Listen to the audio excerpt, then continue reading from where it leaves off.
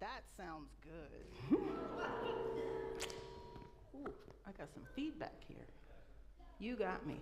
Good morning. And welcome to the First Unitarian Church of Cincinnati. My name is Reverend Connie Simon. Located on the ancestral lands of the Adena, the Hopewell, the Miamia, and the Shawnee people, our urban community welcomes all with love, supports learning and spiritual growth, serves our wider community, and works for justice, equity, and inclusion. We are glad that you're here this morning. During the service, you may hear mention of programs or other things that interest you. At the end, there will be some announcements of upcoming things. If you'd like to hear more about any of these events or any of the things happening here in the church, please send an email to member-care@firstuu.com. And we begin our time together by lighting our chalice, the chosen symbol of our faith, with something that seemed particularly appropriate this morning by Celia Thurston. Woo! Wow! I light this chalice for all the times you have lit this chalice. For every time you struck the match, or flicked that zapper thing, or empowered a nervous parishioner to do the same. I light this chalice for all that you've done, for all that you've fostered and cultivated and nudged, for all that you've suggested and directed and maneuvered. I light this chalice for the intensity of your reactions in responding to grace and rejecting mediocrity, within the tender balance between tradition and choice. I light this chalice for you being here now, out of calling, out of commitment, or out of love. I light this chalice for the time you've spent preaching and hurting and healing. I light this chalice for you. And now, as you are willing, able, feel like it, whatever, let's stand and sing the vision song. The words will appear on the screen.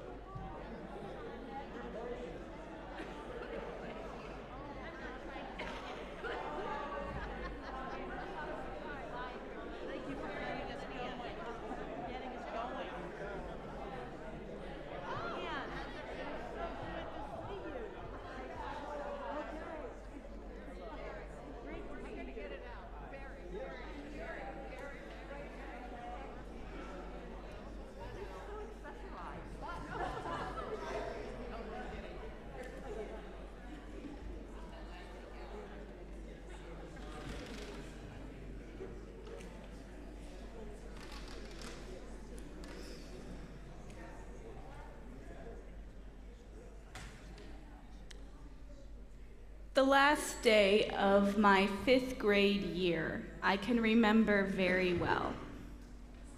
I boarded the bus to go home, and I just started bawling. Now, you might not think that's too weird. For one, I am prone to cry often. And perhaps you've had the experience of crying at the end of something. The thing is, 5th and 6th grade was looping, which meant that in 2.5 months, I was going to be back in the same classroom with the same teacher and the same kids.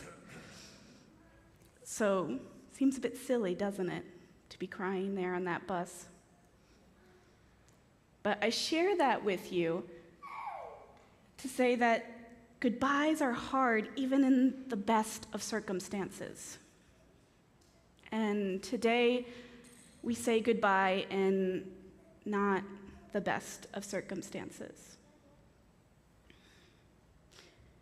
So how do we get through the next few months? Hopefully today's story will give you an idea.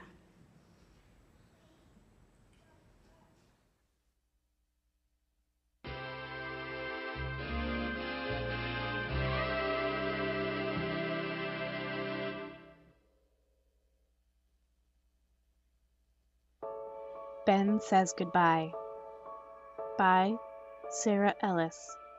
Illustrated by Kim Lefebvre. Ben and Peter watched 2 strong movers put Peter's world into their big truck.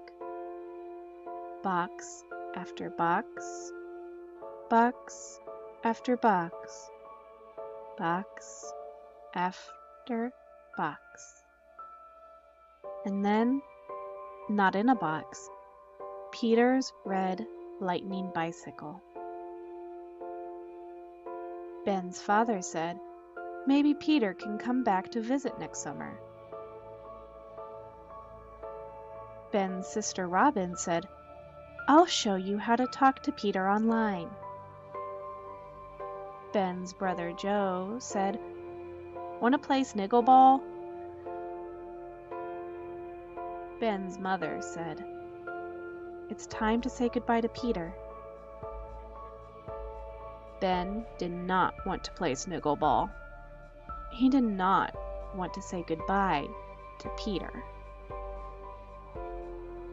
Ben decided he would move too. Not across the world, not across the country, not across town. He would move under the table. He would become a cave boy.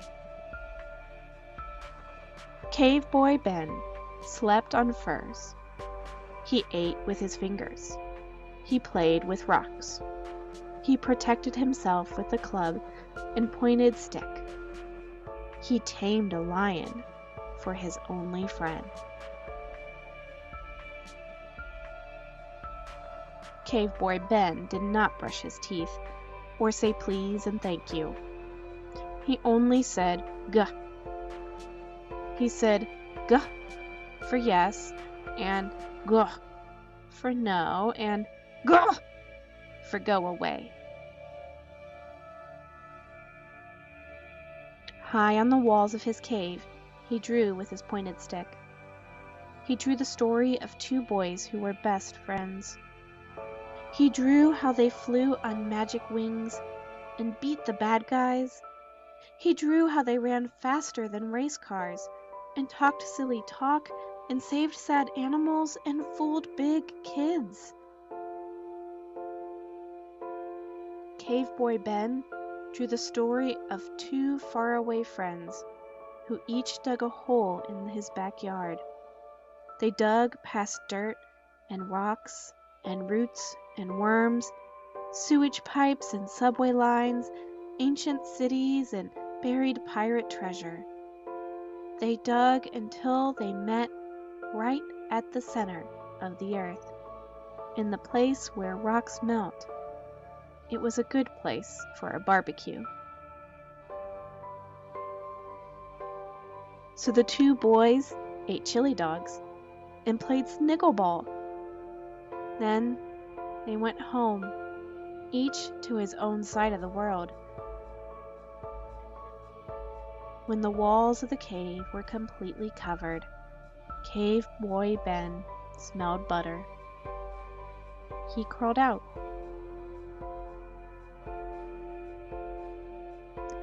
There was a fire in the fireplace. The whole family was crowded onto the couch. Mom and Dad squished sideways and made a little cave for Ben. "Comfy?" said Mom. "Popcorn?" said Robin. "Gah," said Ben. From across the street came a loud beeping sound. Ben knelt on the couch to look. A big truck was backing into the driveway. 2 strong movers got out. They pushed up the back door of the truck. Box after box, box after box, box after box. And then, not in a box, a Scorcher scooter in neon blue, just the right size for a new friend.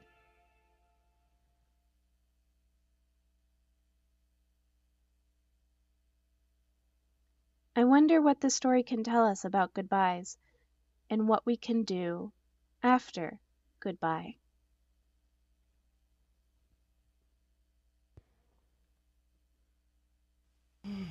That was a good story, Meredith. And I can especially appreciate the box after box. Box after box.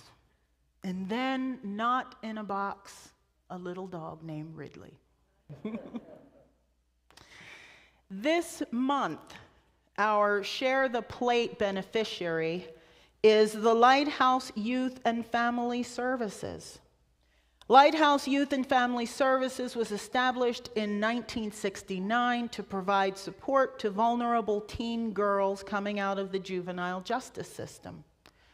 Lighthouse expanded its services and reach in the ensuing years, and today they provide a continuum of services that assists over 4,000 youth and families every year in overcoming obstacles and barriers that prevent them from thriving. Lighthouse provides foster care and adoption, mental health services, juvenile justice services, shelters for homeless youth and young adults, residential treatment, independent living opportunities, and life skills training. Just down the street from this church, the Sheakley Center for Youth is focused on preventing and ending youth homelessness in Cincinnati.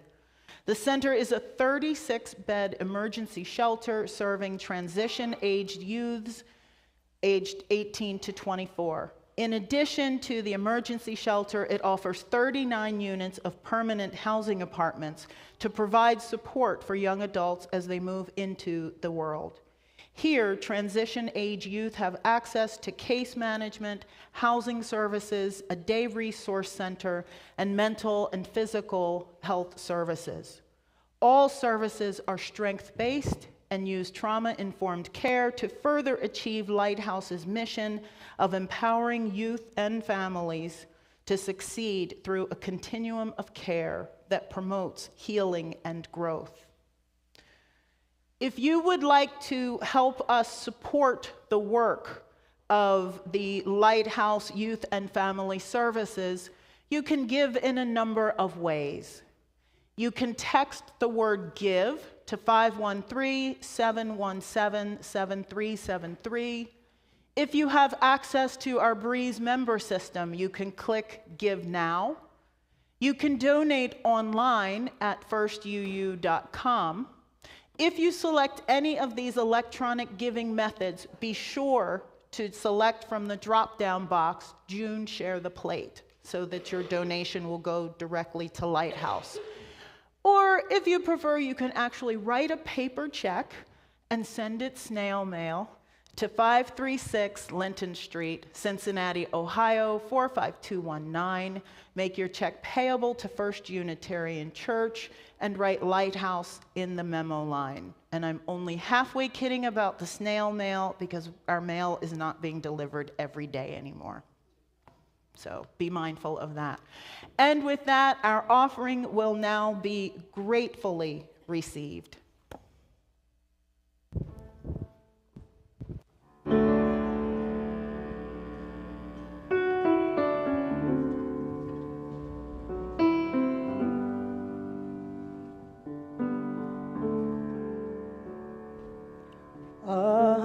Amazing grace, how sweet the sound that saved a wretch like me. I once was lost, but now I'm found. Was blind, but now I see. Was grace that taught my heart to fear, and grace my fears relieved. How precious did that grace appear the hour I first believed. It's true, through many dangerous toils and snares, I have already come. His grace has brought me safe thus far, and grace will lead me home. Now, Reverend Connie has taught me that I may say blessings by the God of my understanding. So I appreciate your acceptance as I praise in this way. Praise God, praise God, praise God, praise God, praise God, praise God, praise God, praise God, praise God. What we need more of in this world.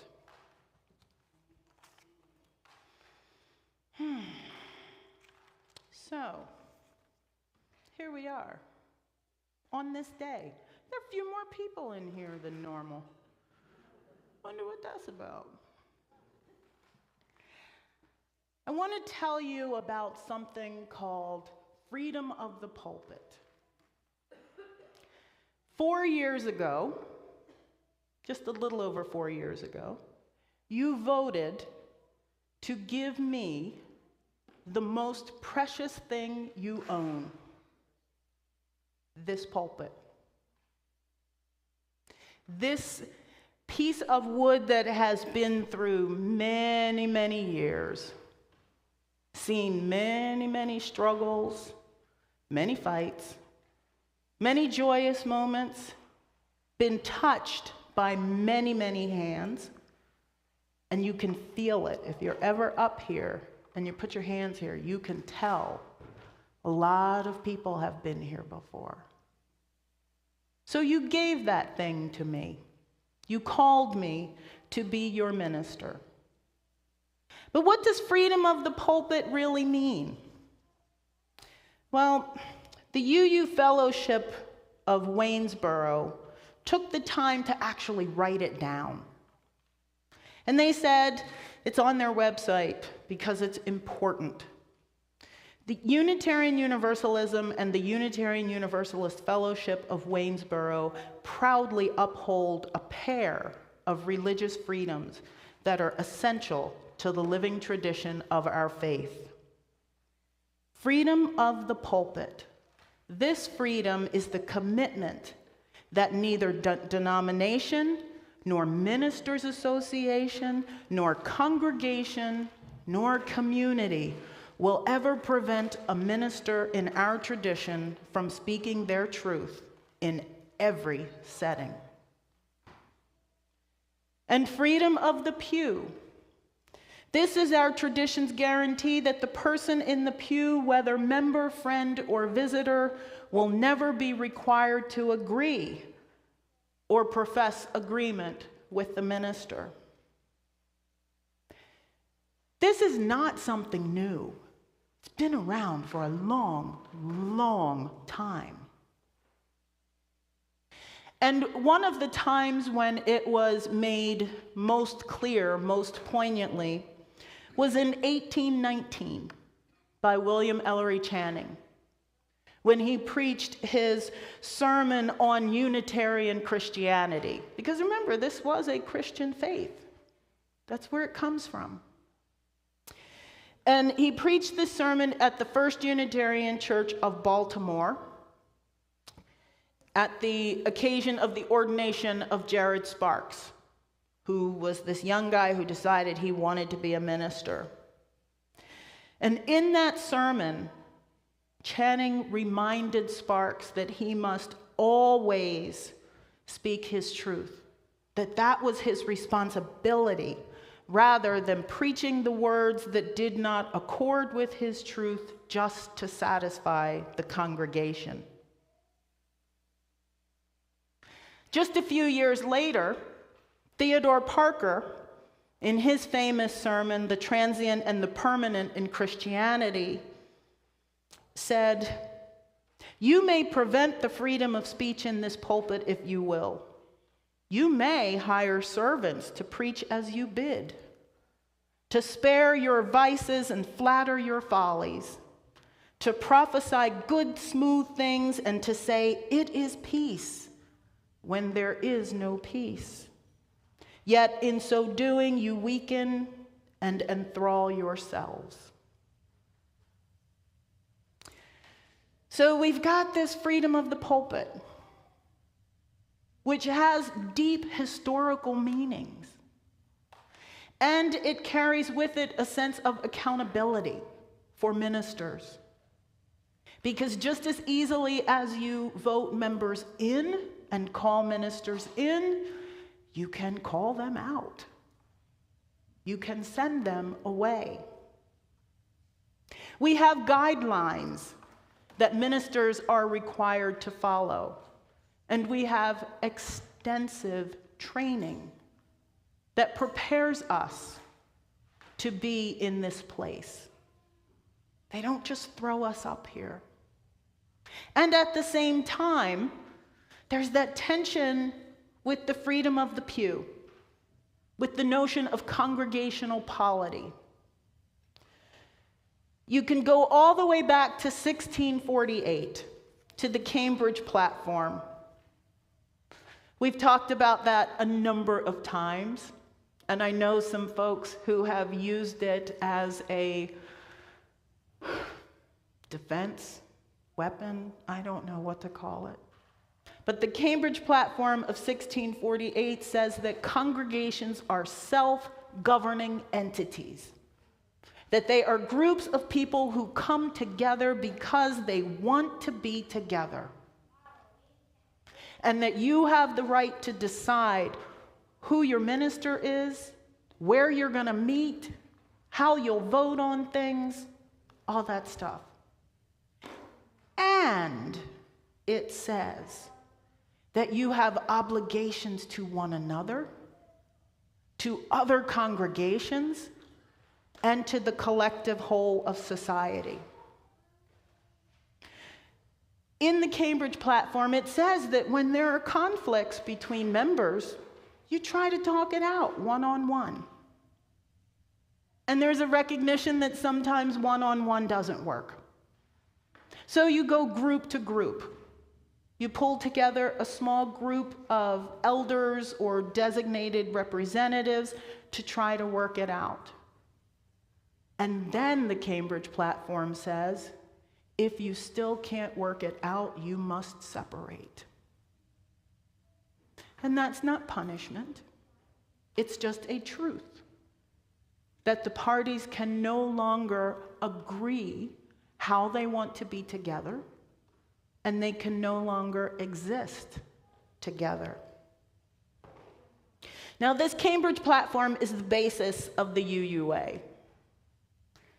And I found myself this week working with our new office administrator, Rihanna, preparing for General Assembly, and realizing she had no idea, really. She kind of knows what the UUA is, what's this GA thing, and I thought, we don't really talk about it. We hear people say the UUA in Boston is making us do stuff. They're forcing things down our throats, but we don't really know what the UUA is. It is the Unitarian Universalist Association of Congregations.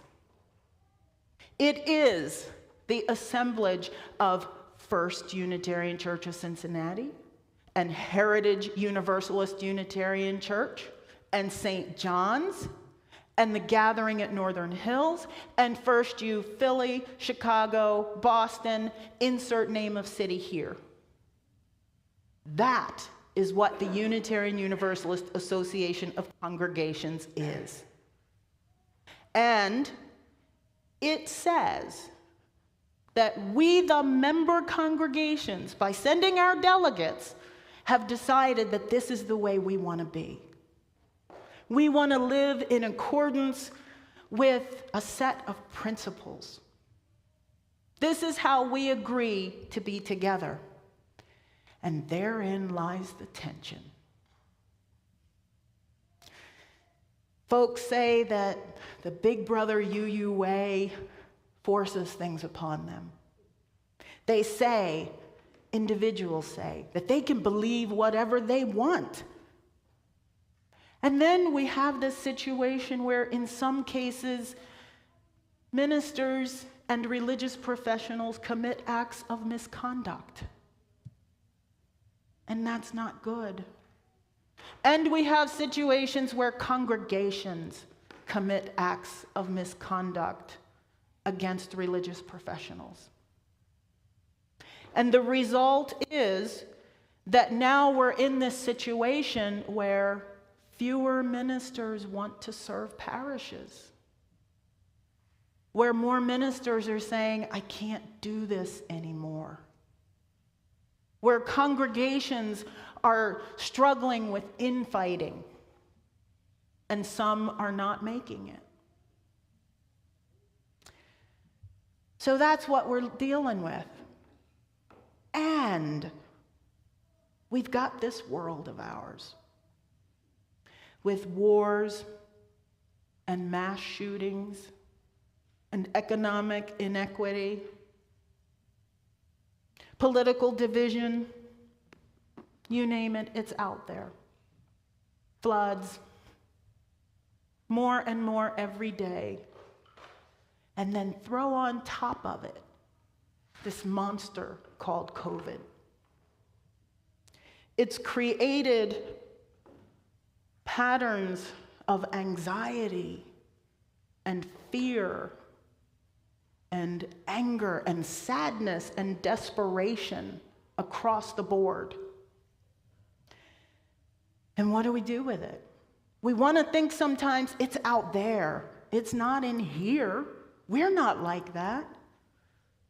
Well, Unitarian Universalists, the last time I checked, are part of the larger society. You are a microcosm of society, not immune to the pressures and the stresses of the world. As much as we'd like to believe that coming through those doors means all that stuff stays outside, it doesn't.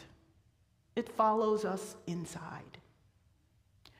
So we've got this situation in the Unitarian Universalist Association of Congregations, of which this is one, where we've got folks supporting something called the fifth principle, which is supposedly protecting democracy against the big bad UUA. I think it's really hyper-individualism masquerading as democracy. Every congregation has delegates to the General Assembly. The General Assembly, the members of the congregations, the ministers and the religious educators vote on things that happen. So if these folks are mad about the way things are, get involved. Become a delegate. Show up.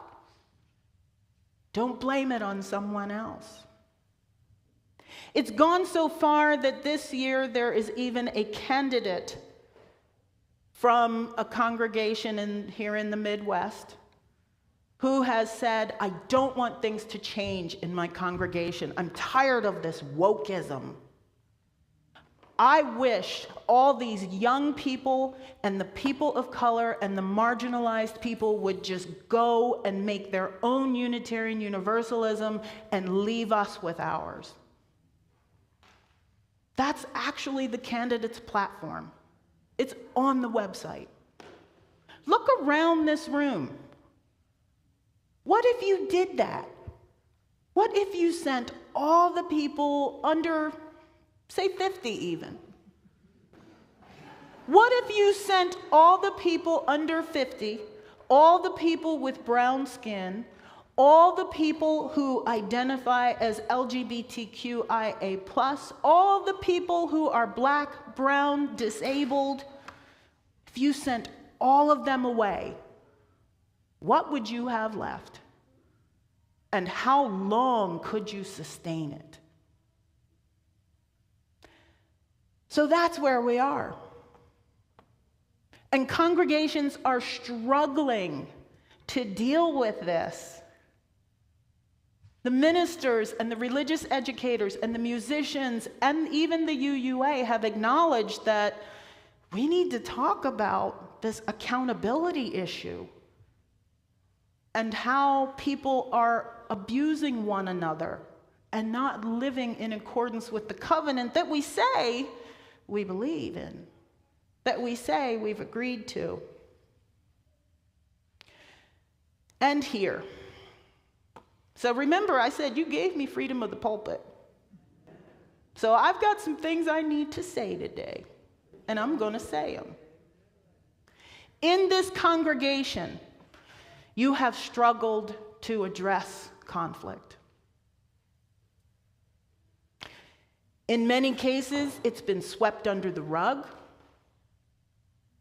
Sometimes you wait until it blows over. Sometimes you've given in just to keep the peace. And those things haven't worked.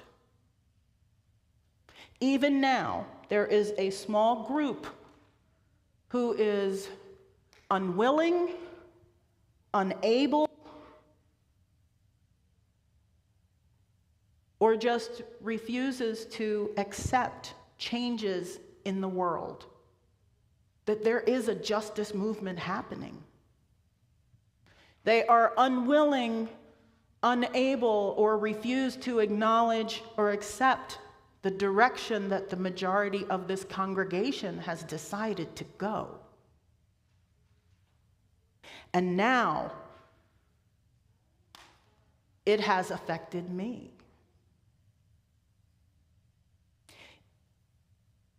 Sometimes what I hear is, we can't attack this head on because we'll lose members. We'll lose pledges.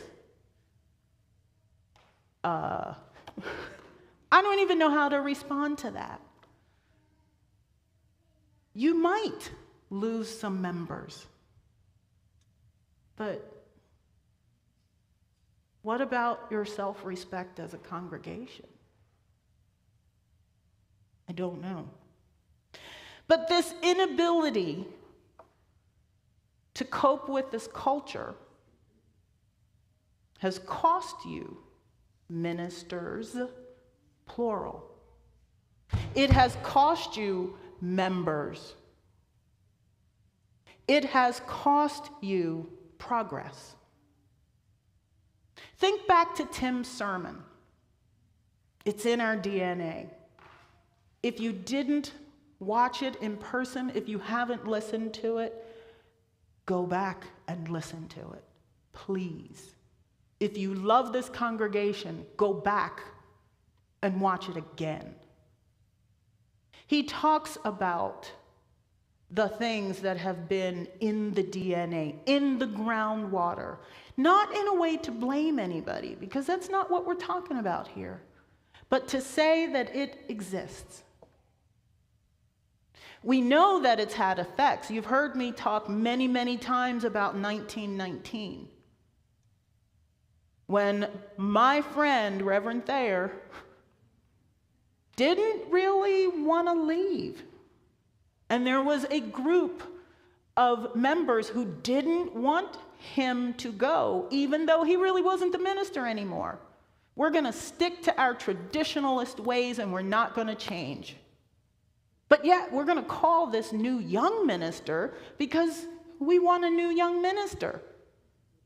And then in the background, a small group kept clawing and pushing. And in the end, the new young minister left, and with him went the youth of the church. The young adults left and didn't come back for a couple of years. And then 2022, here we are, where you've struggled to address that small group, even when their attacks began to include racist tropes and personal attacks on my character, my integrity, and my very being. When they attacked individual members of the congregation, when they even suggested that it would be heresy for the nominating committee to put forth a person of color for the board. That's not acceptable. It's really not. And that's the point where the price became too high for me.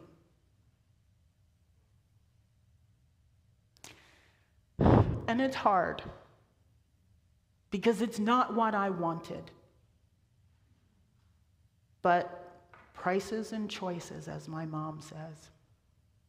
And the price for this choice became too high. So no one fired me. I am leaving because my values tell me I have to. And because you have some work to do. Because this small group has held everyone hostage and prevented you from achieving what you said you wanted to achieve and how you said you wanted to be. And in case you've forgotten, I'd like to remind you of that.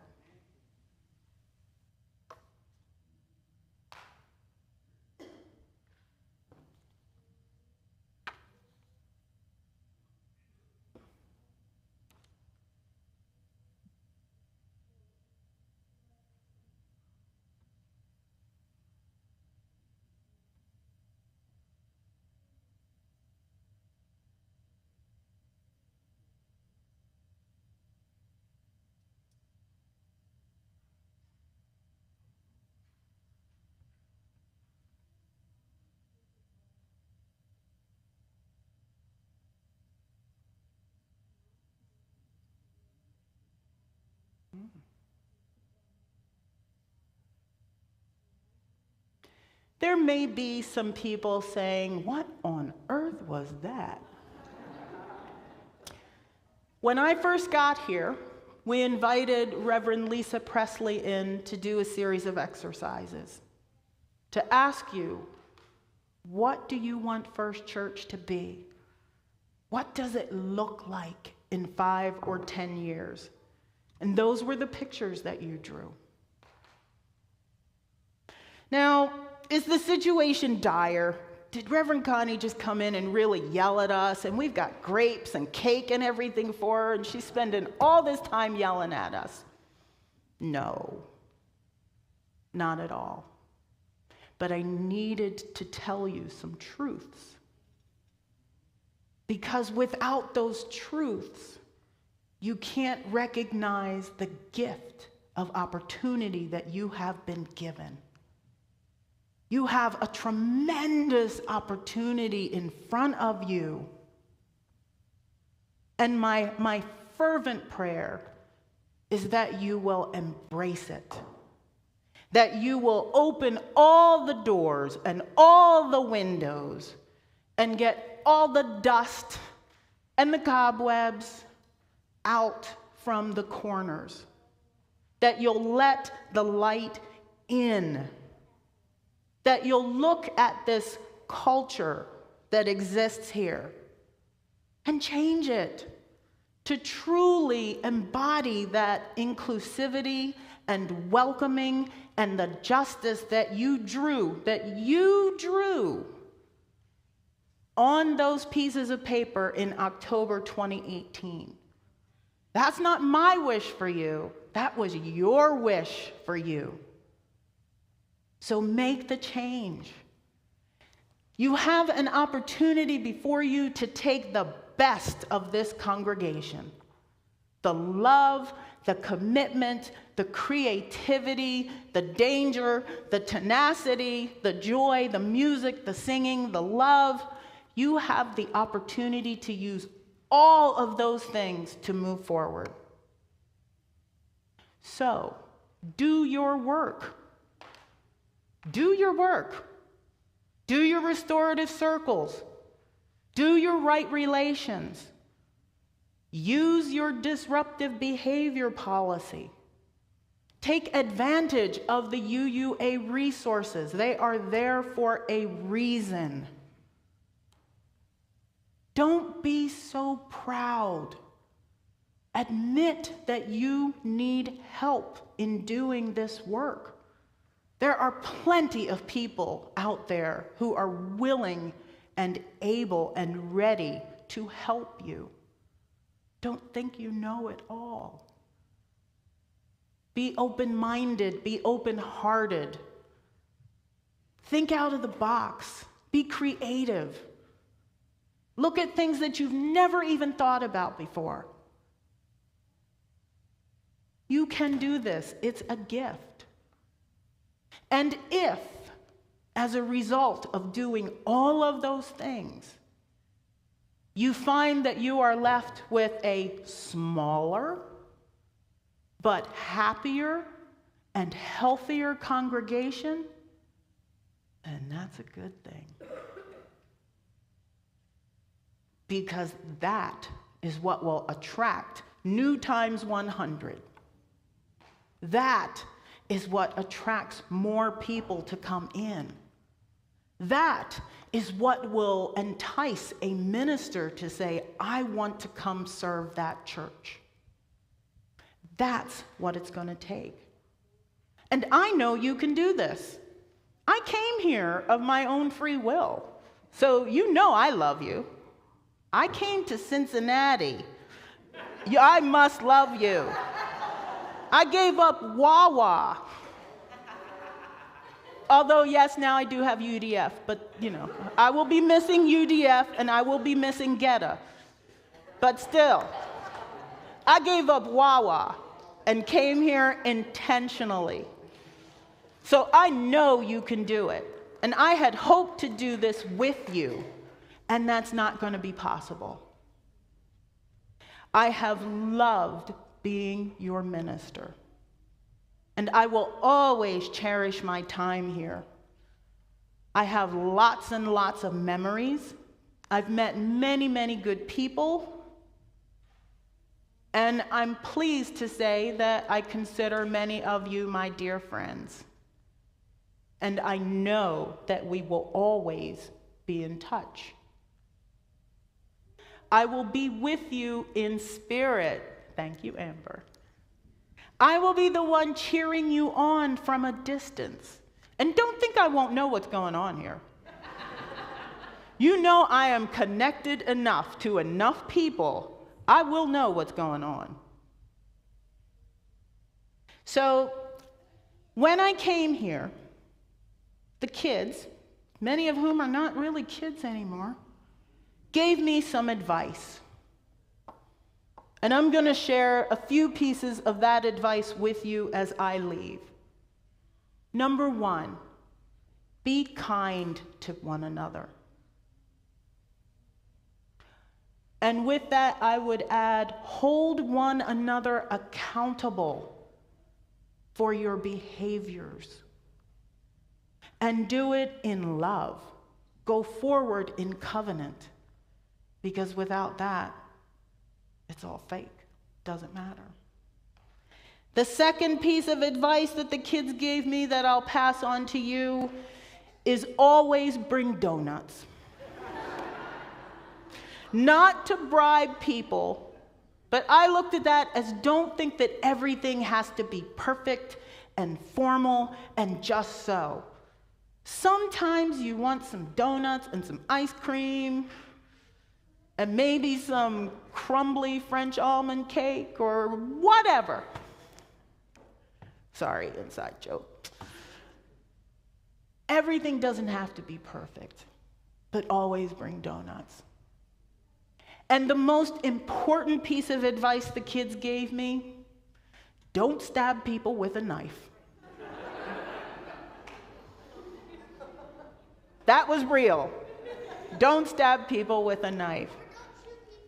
Or don't shoot people. That's right. It took me a few months as your minister to figure out what the don't stab people with a knife meant. I was like, where have I come? That the kids are talking about don't stab people. Question. I'm going to tell you. It turns out that this young person is the offspring of one of our parents who volunteered with IHN. And we used to host those who were unhoused here and have dinner with them every night and then play with them. And this young person was being allowed to sit at the table with the adults. And the parents' comment was, don't stab people with your knife. And that's what the kid remembered, and that was their advice to the new minister. Don't stab people with a knife. I have not done that in 4 years. I am proud to say I have not stabbed anyone with a knife. So, my friends, thank you, all of you, each of you, for the honor of letting me be your minister for these 4 years. I truly love you all, and I will miss you all. And with that, I am giving you back your pulpit.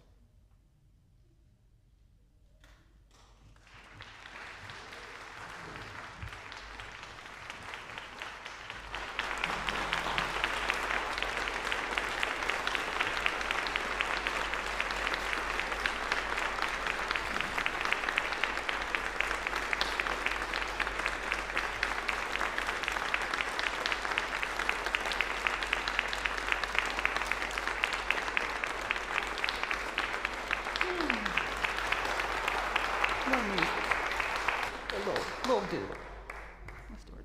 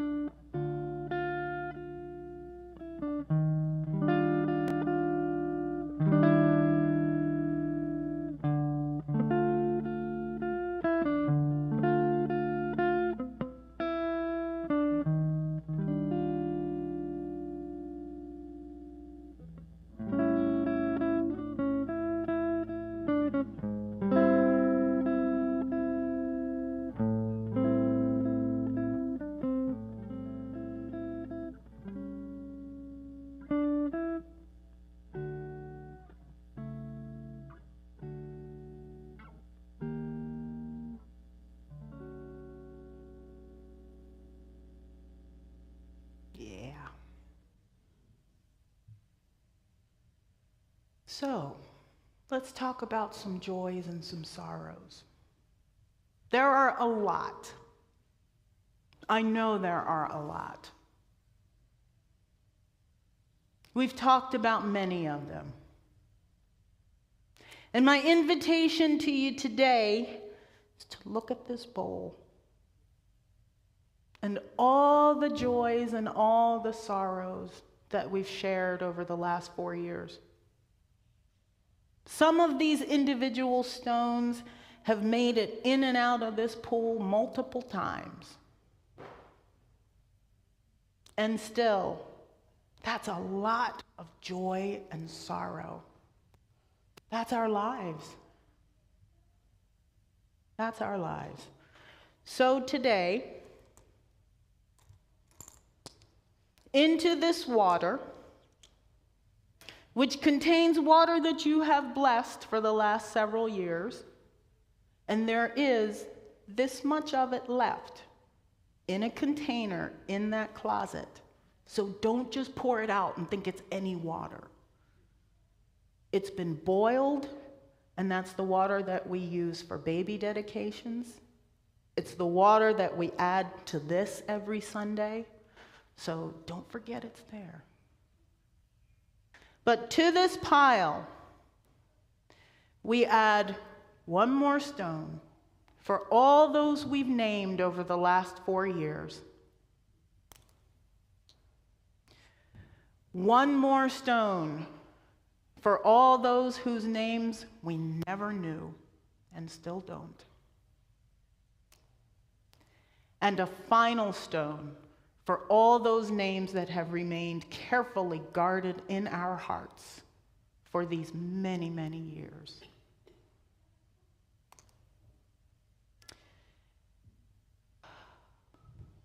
And with that, I invite you to join me in a moment of silent meditation, reflection, or prayer as we look at some beautiful flowers that were given by Jan Smith in honor of her niece Jill Henry's birthday.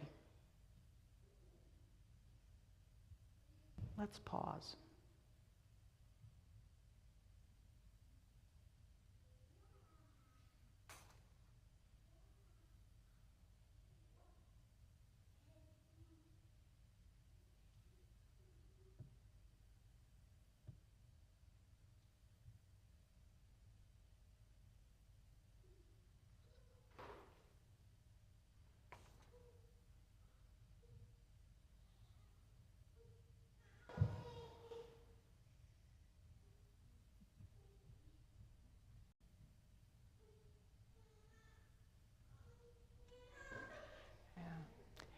There is more love somewhere. There is more love somewhere. I'm gonna keep on till I find it. There is more love somewhere. There's more peace. There is more peace somewhere. There is more peace somewhere.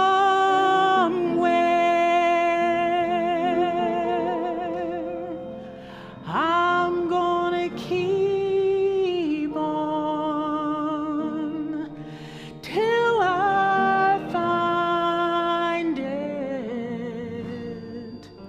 There is more peace somewhere.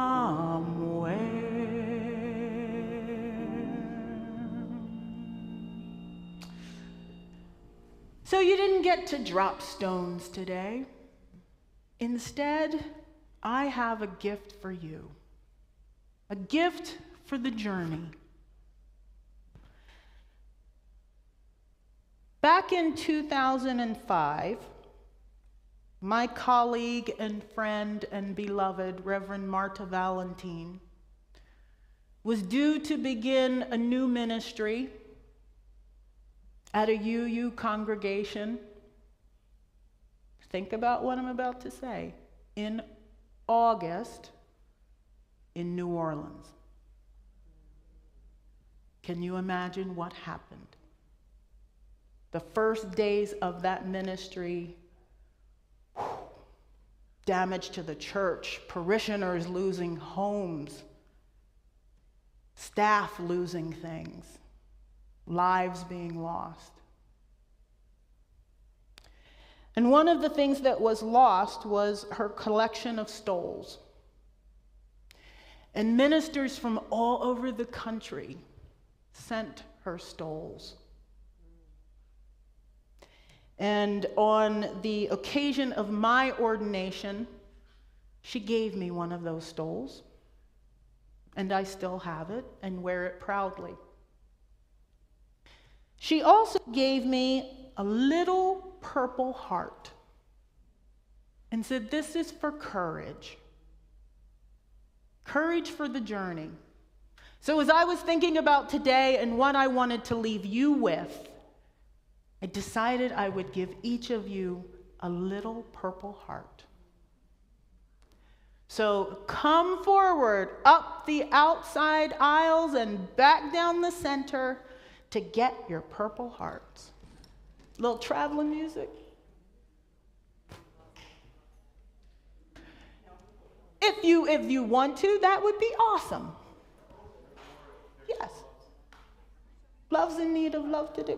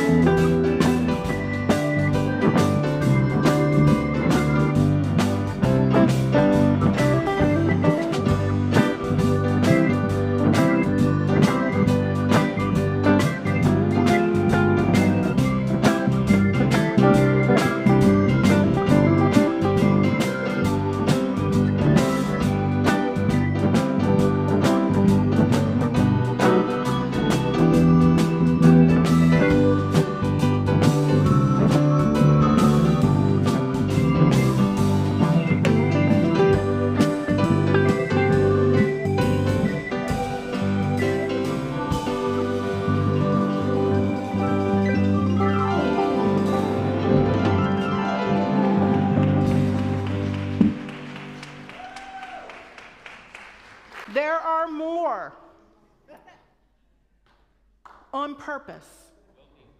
On purpose. Because you may need them.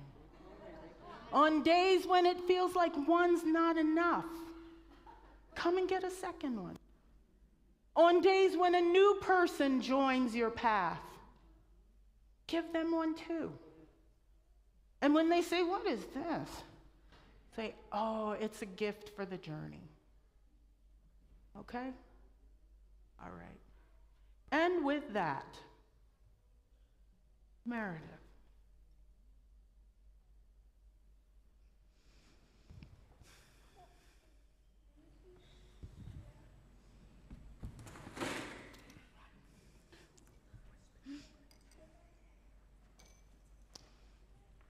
I'm waiting on. Oh. Okay. What was that you were saying, Reverend Connie, about not being perfect? It's okay. Okay. Thank you. Please join me now as we extinguish our chalice. Words will be on the screen.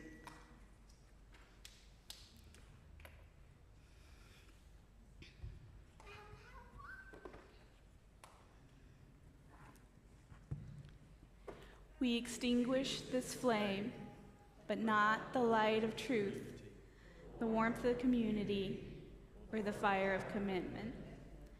These we carry in our hearts until we are together again.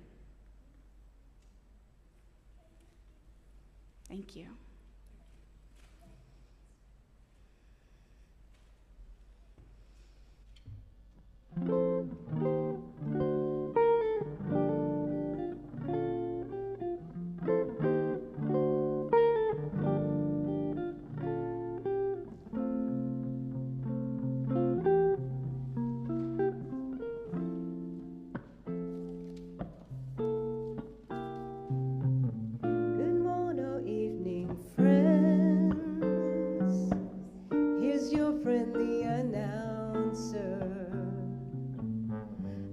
Serious news to pass on to everybody.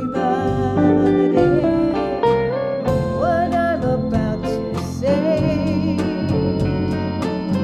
could mean the world's disaster, could change your joy and laughter to tears and pain. It's that love today.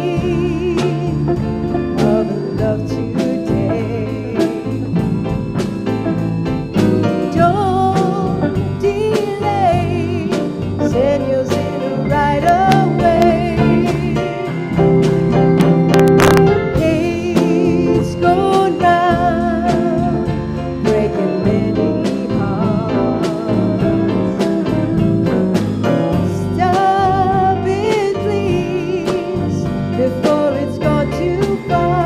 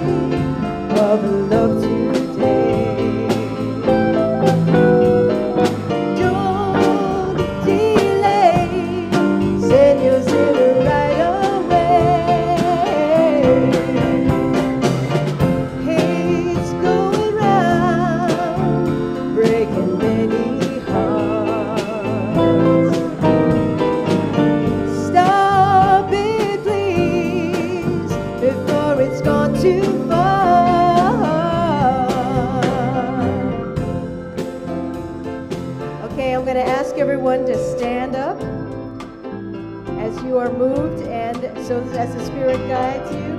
And I'm going to teach you to be the background vocals today, okay? You're going to help me out here. So I'm going to sing for you what you're supposed to sing, and then you can just, well, and then we'll repeat it once so that you can, yeah, so that you can, and you can follow Ramona too. Okay, so here we go. We're going to sing this. You're going to be the backup vocals, okay? Here we go. Love's in need of love today. Don't delay. Right away. Again. Love's in need of love today. Don't delay. Right away. One more time.